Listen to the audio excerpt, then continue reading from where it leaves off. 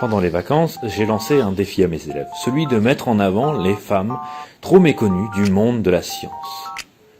Je leur ai demandé de réaliser des affiches, c'était un travail facultatif, et voilà le résultat. Attention les yeux.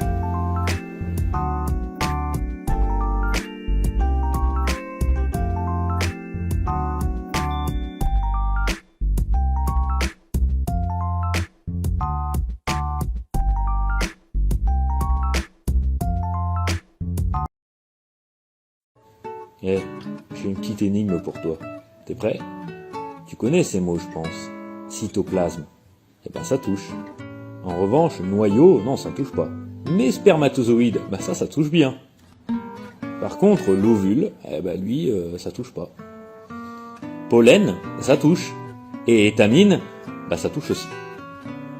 Enfin, volcan, eh ben, ça touche pas, non. Alors, si t'as la réponse à l'énigme, bah réponds en commentaire.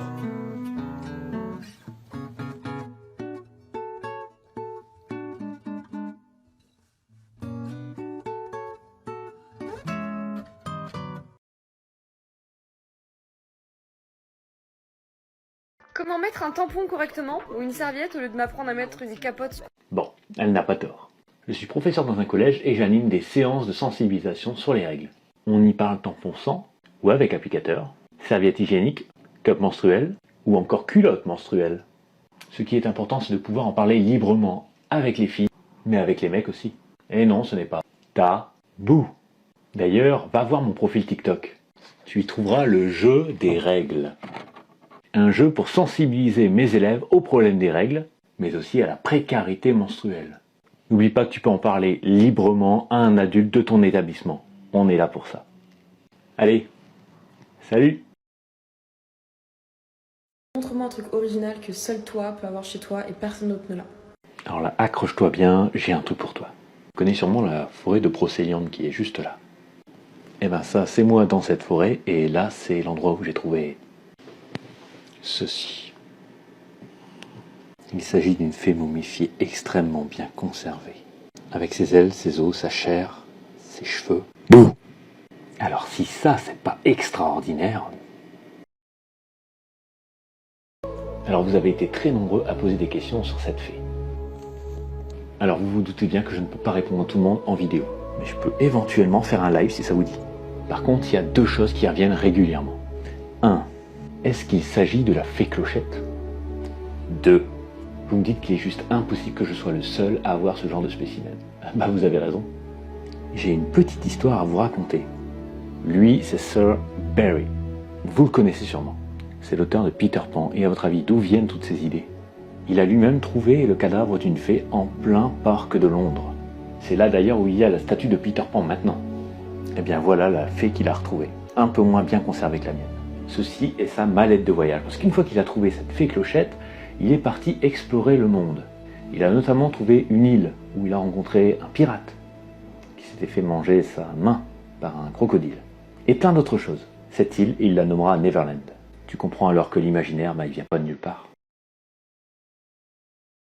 Alors là, accrochez-vous bien à votre fauteuil et foncez à la vitesse de la lumière vers ce bouquin. Stéphane Deuxième, auteur français, nous offre ici Jachère, un roman de science-fiction dévoilant le futur possible de la Terre et de l'humanité. Les humains ont quitté la Terre il y a 465 ans lors de la grande évacuation. Faisant suite à de grandes guerres économiques, ils laissent derrière eux la Terre désolée en jachère avec interdiction d'accès dans les mains d'une organisation appelée Blue Horizon. On découvre bien vite que cette société a mis en place une bulle temporelle permettant au temps de passer 10 000 fois plus vite. On découvre alors avec une bande de pirates une nouvelle Terre où les plaques tectoniques ont fait leur œuvre jouant sur le climat, l'évolution des espèces, dont celle des irrésistibles poignées d'humains restés sur Terre. C'est bien la première fois que je vois un auteur traiter d'un ensemble aussi cohérent d'un point de vue biologique, mais surtout géologique. C'est juste incroyable. On a envie de parcourir cette Terre et que ce livre ne s'arrête plus. Alors ce livre serait génial s'il n'y avait que ça. Mais non! On y ajoute une touche de Jurassic Park, via le contrôle de la nature par l'apprenti sorcier humain, qui forcément vire à la catastrophe. Et on obtient un roman bourré de suspense, de mystère et de cliffhanger. La fin est détonnante et répond à l'ensemble des questions développées dans l'intrigue. Bref, feu d'artifice.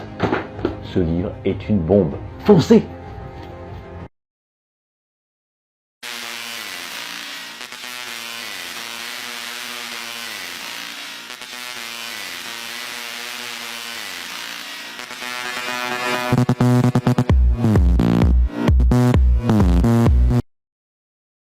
Stop TikTok, je vais te parler de précarité menstruelle.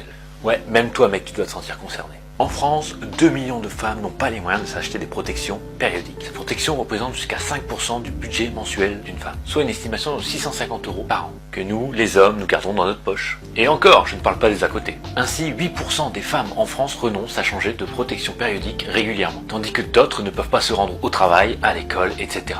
J'ai envie de te dire discrimination. Alors au collège, on a décidé d'agir. Les élèves ont accès à des distributeurs de serviettes périodiques. Et nous sensibilisons l'ensemble du cycle 4 à la question des règles et à la précarité menstruelle. Combien de temps faudra-t-il encore attendre pour que ce soit généralisé comme en Écosse par exemple? Ou que la France offre des congés menstruels comme au Japon, sans augmenter pour autant l'inégalité homme-femme. Mais ça c'est encore un autre souci. Comme cette entreprise qui donne l'exemple. Aucune femme ne devrait avoir à s'inquiéter pour sa prochaine protection périodique. C'est un enjeu de santé, de solidarité et d'égalité des chances. Ce combat, nous devons le mener collectivement. I know you're somewhere out there, somewhere far away.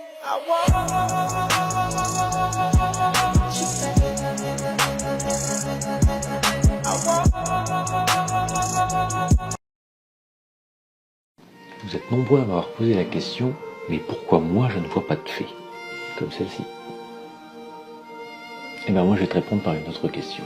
Es-tu sûr de ce que tu vois? Alors je te rappelle juste que ça, c'est ce qui interprète ce que tu penses percevoir de ton environnement. Ton cortex cérébral interprète des signaux électriques, eux-mêmes générés par la stimulation de la rétine par la lumière que reflètent les objets de ton environnement. Seulement tu ne perçois cette lumière que sur une courte longueur d'onde qu'on appelle le spectre visible. Mais ton monde se limite-t-il à ce spectre? Qu'y a-t-il au-delà? N'y a-t-il pas des mondes dans le monde que tu ne peux pas percevoir? Qu'est-ce que l'invisible? N'as-tu pas déjà vu ton animal de compagnie fixer un point dans le vide? Alors non, je n'ai jamais découvert de fée vivante, j'ai juste trouvé un cadavre au sein d'un chaos granitique. Est-ce que cette fée émet dans le spectre visible après sa mort? C'est l'une de mes théories, mais ce n'est qu'une théorie et elle demande donc à être réfutée. En attendant, moi je la vois de mes yeux, et toi de ton écran. Eh, regarde ça.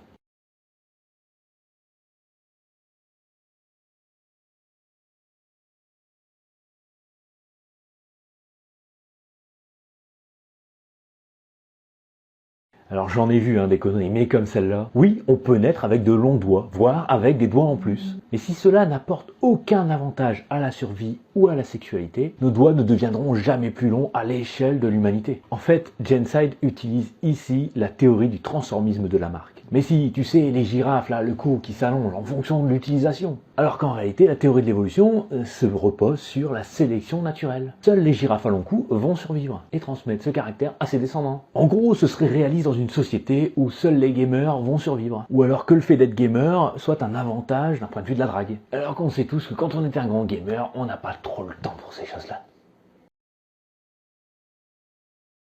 3, 2, 1, concombre. Mais c'est un fruit en plus. Mais non, c'est un légume. Bon, Fabien, j'ai quand même été ton prof de SVT durant 3 ans. J'ai justement devant moi ce qu'on appelle des légumes, carottes, courgettes, concombres, oignons. En fait, un légume n'est pas une définition scientifique, c'est une partie d'une plante qui est tout simplement comestible. Alors qu'un fruit a carrément une définition scientifique. En fait, un fruit provient d'une fleur. Sur mon plan de fraisier, ici, on voit bien que la fleur se transforme petit à petit en fruit. C'est le résultat de la fécondation de la fleur, parce que oui, la fleur, c'est le sexe de la plante. Qui dit fécondation dit bébé. Et chez la plante, le nouvel individu est contenu dans la graine. Donc la tomate qui contient des graines est bien un fruit, elle est comestible, donc c'est un légume. Mais en fait, c'est pareil pour le concombre. Il y a des graines, donc c'est un fruit, et c'est comestible, c'est un légume. La carotte, elle, c'est une racine, elle n'a pas de graines, donc c'est un légume, mais c'est pas un fruit. Hey, as-tu déjà entendu l'enfer? Non? Sûrement parce que tu n'es pas géologue. En 1989, en pleine guerre froide, l'URSS se lance à la chasse au Moho, la limite séparant la croûte et le manteau terrestre. Après 18 ans de forage sur la presqu'île de Kola, les Russes stoppent les machines à 12 262 mètres de profondeur. Mais pourquoi ont-ils tout arrêté subitement? Selon certaines rumeurs, les géologues russes auront entendu un cri venant des profondeurs de la Terre. Un cri inhumain, inimaginable, rendant même fous les géologues sur place. Depuis, le forage SG3 est laissé à l'état de ruine, condamné, boulonné. Et jamais plus un homme n'a tenté pareille expérience. Qui a dit que la géologie n'était pas incroyable? Hey, aujourd'hui je vais te parler de pornographie. What? Oui, avec ce livre. POV, Point of View, est un roman jeunesse écrit par Patrick Barr. Il a pour thème l'addiction à la pornographie, touchant notamment un adolescent dans ce roman. Ce qu'il faut tout d'abord savoir, c'est que c'est un roman choc. Il traite de sujets graves liés à l'adolescence. Je ne pense pas qu'il soit à mettre dans toutes les mains sans accompagnement et discussion. Le personnage principal découvre donc le monde de la pornographie, tombe dans une dépendance, voit sa vie sentimentale comme une vie de porn, violent et misogyne. Ses parents ne savent pas comment réagir, voire réagissent mal. Cette première partie du livre est assez sombre. Mais je vous rassure, la suite du livre est beaucoup plus positive et l'auteur parvient à finir sur une note très juste, très réaliste. Et c'est bien là la force de ce livre, son réalisme. La pornographie est facilement accessible aux jeunes ados qui peuvent se perdre dans une boucle dopaminergique infinie. Être addict au plaisir, quoi. J'ai vraiment aimé la façon dont le sujet a été traité. Au-delà de l'histoire, on apprend beaucoup de choses sur les coulisses du monde pornographique. Je le conseille aux parents d'ados voulant discuter de ce sujet avec leurs enfants. Un sujet qui doit forcément être traité avec les ados, pour moi. Chaque année, mes élèves me demandent « Mais monsieur, un homme, ça peut tomber enceinte ?» Ce à quoi je réponds « Ben oui, voici Cass Bliss, un jeune homme qui a ses règles. » Et tu vas me dire comment c'est possible alors qu'il faut un utérus pour avoir des règles. Mais là, je te réponds « Ouvre ton esprit. » Tu sais sûrement que dès que l'on possède 2 chromosomes X, on est femme. C'est ce qu'on appelle le sexe biologique. Mais il existe également le sexe social qui dépend de beaucoup d'autres choses. Notre vie, nos interactions, nos émotions et des tas d'autres choses dont on ne décide même pas. Tu peux ainsi naître femme et être homme. Tu es ainsi transgenre et un homme transgenre a ses règles et peut tomber enceinte. Les règles ne sont d'ailleurs pas une histoire d'homme ou de femme. D'ailleurs, même les non-binaires peuvent avoir leurs règles. Bref, vive la diversité. Salut TikTok, aujourd'hui je te propose un petit voyage. On prend la direction de la Tunisie, un magnifique pays. On se retrouve aux portes du Sahara. Mais c'est aussi une porte qui mène vers une autre galaxie. Un lieu magique pour tout fan de cinéma. Et pour y aller, t'as pas besoin de la vitesse de la lumière ou d'un vaisseau spatial, juste une petite voiture ça suffit. Et là tu vas me demander mais pourquoi je te raconte tout ça? Quand j'y suis allé, honnêtement c'était incroyable. J'étais tout seul sur le site, j'ai profité, me perdre dans mon imaginaire, c'était magique. Et puis tout a viré au cauchemar quand des hordes de touristes sont arrivés en gros 4x4 venant des gros hôtels de Djerba notamment.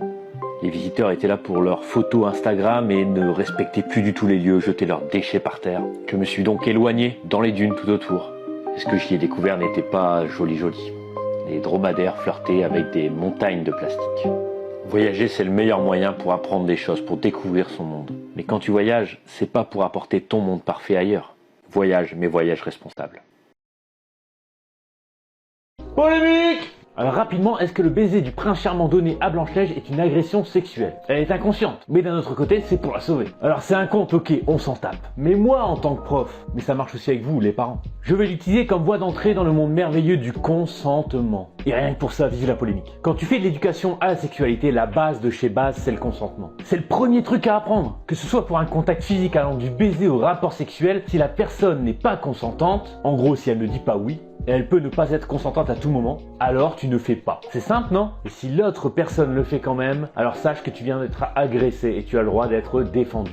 Alors défends-toi. Le diplôme qui sert à rien. C'est le brevet. Les profs ils font croire que le brevet c'est la coupe du monde.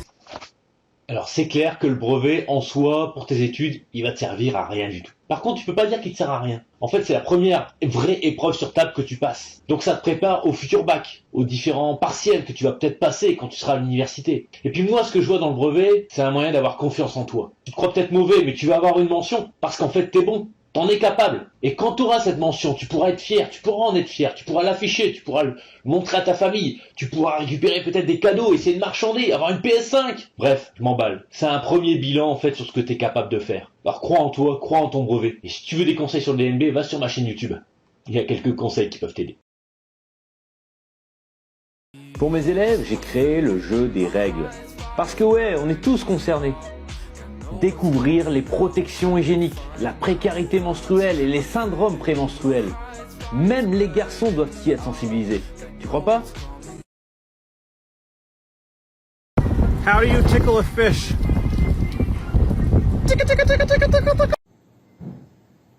Cet animal respire avec des branchies, dans l'eau.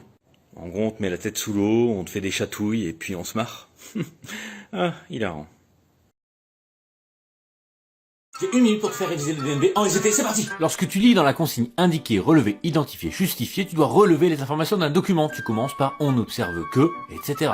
Expliquer, déduire, conclure demande un développement en utilisant un ou des documents. On voit que, or on sait que, la connaissance, donc on déduit que. Pour interpréter une expérience, tu compares les protocoles en cherchant le paramètre modifié. Tu compares les résultats et tu peux formuler on déduit que ce qui a changé, résultat, est dû à protocole, donc conclusion. Si on te demande de comparer, tu compares des valeurs issues des documents, plus que, moins que, autant que. Tu peux aussi faire des calculs simples pour montrer que tu as comparé. Pour décrire l'évolution de valeurs sur un graphique, tu lis l'axe vertical en fonction de l'axe horizontal. Tu décris ce qui varie et non la courbe. Augmente, diminue, stagne. Pour avoir un max de points, tu n'oublies pas de chiffrer et n'oublie pas les unités. Tu peux additionner, soustraire, multiplier, diviser. Enfin, tu lâches tes cahiers, les connaissances. Tu les as, tu limites tes fautes, ta copie et surtout tu crois en toi parce que 25 sur 25, c'est facile à avoir. Abonne-toi pour récupérer le petit livret de révision.